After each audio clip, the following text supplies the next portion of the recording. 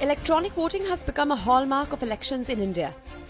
Voting is done through the electronic voting machine or the EVM, which is a device used to electronically record and count votes. The Indian EVM system is also called ECI EVM, meaning an EVM specifically designed, manufactured indigenously and used as per the Election Commission's rule. EVMs were first used in the Parur Assembly constituency in the southern state of Kerala in 1982.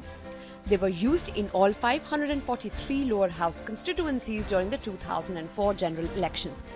An EVM consists of the ballot unit and control unit. To make the system more transparent, the voter verifiable paper audit trail or VVPAT was introduced.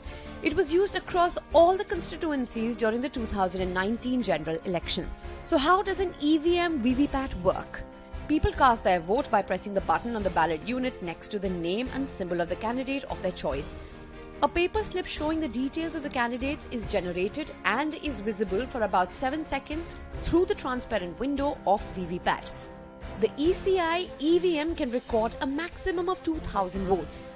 To better understand EVM's efficiency, it is important to look at how they fare in comparison to paper ballots, which were earlier used in general elections.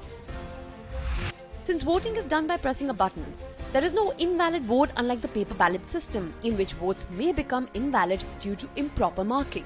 An EVM can record up to 4 votes per minute, giving security forces ample time to respond to any booth capturing attempt. In the paper ballot system, there have been incidents of ballot boxes being stuffed with fraudulent votes. Counting of votes recorded in EVMs usually takes less than a day, while in paper ballot systems, manual counting can last for weeks. The use of EVMs reflects the evolution of the Indian electoral process with changing times and technology.